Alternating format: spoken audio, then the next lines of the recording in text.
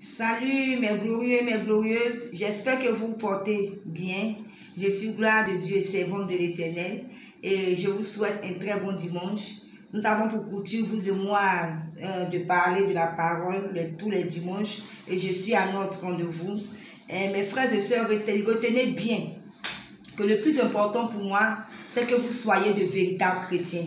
Pas des chrétiens qui vont à l'église au bout des lèvres, non, de vrais chrétiens, de véritables chrétiens. Voilà, frères et sœurs. Parce que le plus important, c'est votre salut. Aujourd'hui, on ne fait que prêcher les évangiles de bénédiction, mais sachez que le plus important, c'est votre salut. C'est vrai, les bénédictions viennent pour des boissons, voilà, pour témoigner de Dieu. Mais sachez, je répète que le plus important, c'est votre salut. Voilà pourquoi tous les jours, je me donne à vous parler, à vous remettre sur le bon chemin. C'est pour votre bien, chers frères et sœurs. Donc, en un mot, soyez de véritables chrétiens. Sans plus tarder, nous allons prendre notre Bible dans 1 Jean 5, le verset 2 qui dit: nous connaissons que nous aimons les enfants de Dieu lorsque nous aimons Dieu et que nous pratiquons ses commandements. Car l'amour de Dieu consiste à garder ses commandements et ses commandements ne sont pas pénibles. La Bible nous dit ici que celui qui aime Dieu, c'est celui qui garde les commandements de Dieu et qui met en pratique les commandements de Dieu. Au fait, je veux rappeler cela à un chrétien, à un pasteur, à un prophète. Excusez-moi, c'est vrai, je ne suis rien. Mais la Bible nous dit ici, parce qu'aujourd'hui, on voit tellement de choses. Des pasteurs zélés, des prophètes zélés, on entend toutes sortes de choses. Même si tu viens, tu sais bien prêcher, même si tu es un frère, tu es une soeur, tu es dans tous les départements de l'église, mais si tu ne gardes pas le commandement de Dieu, si tu ne pratiques pas le commandement de Dieu, ce que tu fais, c'est zéro. Parce que la Bible nous dit que celui qui aime Dieu, c'est celui qui garde ses commandements et qui les met en pratique. Tu peux être le plus grand pasteur, tu peux venir prêcher, tu peux guérir les malades, tu peux prophétiser, mais si tu ne gardes pas les commandements de Dieu, tu ne les mets pas en pratique, ce que tu fais, c'est zéro. Frères et sœurs, je vais vous rappeler un peu les commandements de Dieu dans Exode 20, le verset 12. Exode 20, le verset 12, qui dit: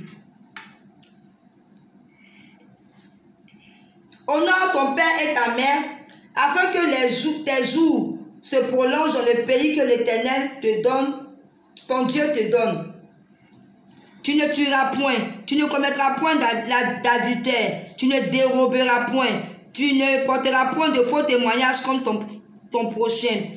Tu ne convoiteras point la maison de ton prochain. Tu ne convoiteras point la femme de ton prochain, ni son serviteur, ni sa servante, ni son bœuf, ni son âne, ni aucune chose qui appartienne à ton prochain. Le premier commandement, c'est: tu aimeras Dieu de tout ton cœur. Donc, vous voyez, tous ces commandements, combien de personnes qui respectent les commandements de Dieu? La Bible nous dit ici: tu honoreras ton père et ta mère. Combien de personnes honorent leur père et leur mère? Vous savez, voilà ces commandements qui sont très importants. Souvent, nous partons à l'église, nous sommes zélés. On appelle le pasteur papa, on appelle maman pasteur maman, mais à la maison, on ne respecte pas nos parents. À la maison, même, on n'honore pas nos parents. Et la Bible nous dit: tu honores ton père et ta mère, afin que tes jours se prolongent dans le pays que l'Éternel, ton Dieu, te donne. Il y a même d'autres prophètes qui ont prophétisé que ta mère, ton père est sorcier, ta mère est sorcière, à tel enseigne que tu as jeté tes parents au bout du village, tu ne vas même pas les voir, tu ne t'occupes même pas de tes parents. Pourtant, la Bible dit: honore ton père et ta mère. La Bible dit: tu ne tueras point, tu ne commettras point l'adultère. Aujourd'hui, l'adultère a pris le dessus. Tu es marié, tu as ta copine, ou bien entre mariés, vous sortez entre vous. Pourtant, on dit on est chrétien. Il y a plein de commandements. Donc, voilà un peu. Celui qui aime Dieu garde les commandements de Dieu et les met en pratique. Et en plus de ces commandements que Dieu nous a donnés, Dieu nous a dit aussi de marcher selon l'esprit et non la chair. On va voir un peu les personnes qui marchent selon la chair, comment ils se comportent. C'est très important aussi. Galates 5, le verset 17. On dit: car la chair a des désirs contraires à ceux de l'esprit, et l'esprit on a le contraire à ceux de la chair.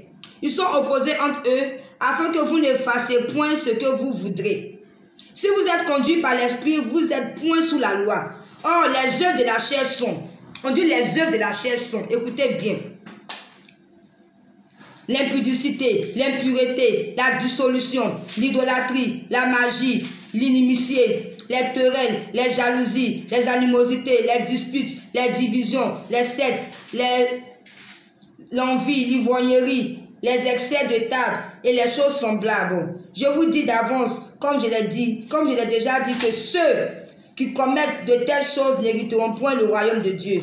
Mais le fruit de l'esprit, c'est la joie, la paix, la patience, la bonté, la bénignité, la fidélité, la douceur, la tempérance. Dimanche prochain, c'est Pentecôte. Et je vais un peu parler, je vais bien expliquer. Marcher selon l'esprit, c'est quoi? Vous voyez, Dieu ne veut pas qu'on marche selon la chair.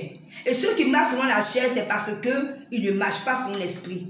Parce que c'est vrai, avant de notre vie à Dieu, chacun marchait selon la chair. On faisait tous ses péchés. Mais aujourd'hui, ce qui est plus grave, c'est que malgré qu'on marche dans l'esprit de Dieu, on continue de faire ses péchés comme l'idolâtrie, la magie, la jalousie. C'est que tu ne marches pas selon l'esprit de Dieu. Parce que quand tu marches selon l'esprit de Dieu, l'esprit vient étouffer la chair. C'est-à-dire que tu ne vas plus faire, tu vas plus soumettre la chair en toi à faire ce qu'il veut. Mais c'est l'esprit qui va prendre le dessus à faire ce que Dieu veut. Et tu auras les fruits de l'esprit. Donc pour dire voilà, celui qui aime Dieu ne fait pas ce que Dieu n'aime pas.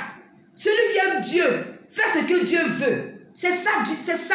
Il fait ce que Dieu veut. Il met en pratique le commandement de Dieu. Dieu dit ne fais pas ton, tu ne fais pas ça. C'est ça un véritable chrétien. Donc on va retenir en ce matin. Dieu nous dit en ce matin que celui qui l'aime, c'est celui qui garde ses commandements. C'est celui qui met en pratique ses commandements. Voilà un peu, frères et sœurs.